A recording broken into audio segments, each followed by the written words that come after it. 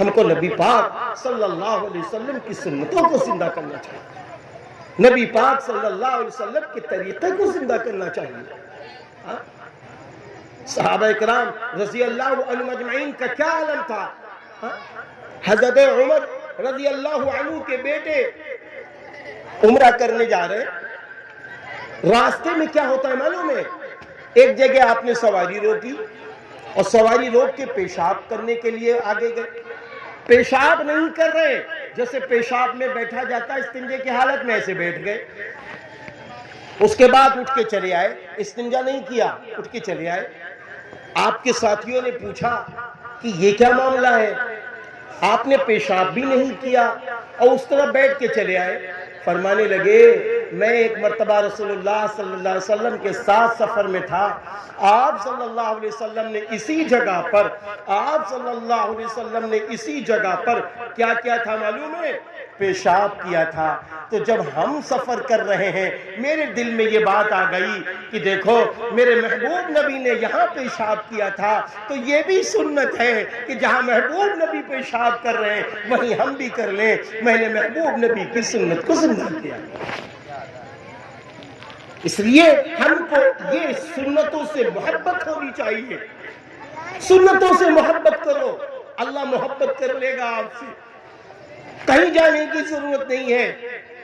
ہاں آپ یہ نہ سوچو ہم مولانا نہیں ہیں، آپ یہ نہ سوچو ہم انجینئر، ہم فلاں نہیں، آپ یہ سوچو میرا اللہ دلوں کے بھیدوں سے واقف ہے، وہ مجھے دیکھ رہا ہے، وہ پل پل پر ہماری آپ کی نظروں کے اوپر ہے کہ میرے بندے کیا کر رہے ہیں۔ ایک بہت بڑے بزرگ کا واقعہ ہے، ایک بہت بڑے بزرگ کا واقعہ یوں ہے کہ ایک مرتبہ آپ بیٹھے بیٹھے سردی کا وقت تھا، تو انہوں نے کیا کیا، موزہ نکالا، اور موزہ نکال کے بھولے سے، موزہ پہننا چاہیے تھا پہلے سیدھے پیر سے، بعد میں الٹے پیر میں موزہ پہننا چاہیے تھا۔ بزرگ نے کیا کیا، پہلے الٹے پیر میں موزہ ڈالا اور اس کے بعد سیدھے پیر میں۔ ایک دم یاد آیا، ارے یہ نبی کی سنت نہیں ہے، نبی کی سنت یہ ہے کہ پہلے داہنے پیر میں موزہ پہننا چاہیے تھا، بعد میں الٹے پیر میں موزہ پہننا چاہیے تھا۔ اب کیا ہوا، رونے لگے، کہا اے اللہ مجھ سے غلطی ہو گئی ہے، میں نے اپنے محبوب نبی کی سنتوں کو زندہ کیا ہے، آج مجھ سے غلطی ہو گئی ہے، مجھے معاف کر دیجئے، اور بہت سارا غلہ لے کر اللہ کے راہ میں صدقہ کر دیا، صدقہ کر دیا۔ تو میرے بھائیوں، حضرت حذیفہ رضی اللہ عنہ صحابی رسول صلی اللہ علیہ وسلم ہیں، فارس میں پہنچتے ہیں، وہاں ایک بڑے امیر کے یہاں کھانے کی دعوت ہوتی ہے، دسترخوان بچھا ہوا ہے، آپ کے ہاتھوں سے کھانے کا لقمہ دسترخوان پر گر جاتا ہے، دسترخوان پر جب لقمہ گرتا ہے تو معلوم ہے کیا ہوتا ہے، فوراً آپ اس کو صاف کرتے، اٹھا کے کھا لیتے ہیں۔ جب وہ کھاتے ہیں تو آس پاس کے لوگ کہتے ہیں ارے یہ کیا کیا آپ نے، یہاں اس ملک کی تہذیب کے خلاف ہے، لوگ کیا کہیں گے۔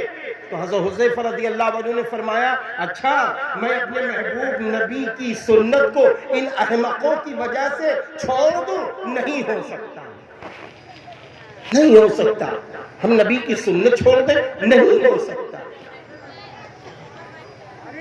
ایک دن ایک نابینا شخص کو دیکھا گیا، نابینا شخص ہے اور آنکھوں میں اس کے سرما لگا ہوا ہے، نابینا ہے، آنکھوں میں سرما لگا ہوا۔ ایک دن ایک نوجوان نے ہنسی میں یہ جملہ کہا، اے بھائی کیا آنکھ کی روشنی آپ کی بڑھ گئی؟ تو وہ نابینا شخص سن کے بولا آنکھ کی روشنی تو نہیں بڑھی ہے، دل کا سکون بڑھ گیا۔ تو اس نے کہا وہ سکون کیسے بڑھا؟ کہا اس لیے میں نبی کی سنتوں کو زندہ کرتا ہوں، نبی کی سنت ہے کہ آنکھ کے دائنی آنکھ میں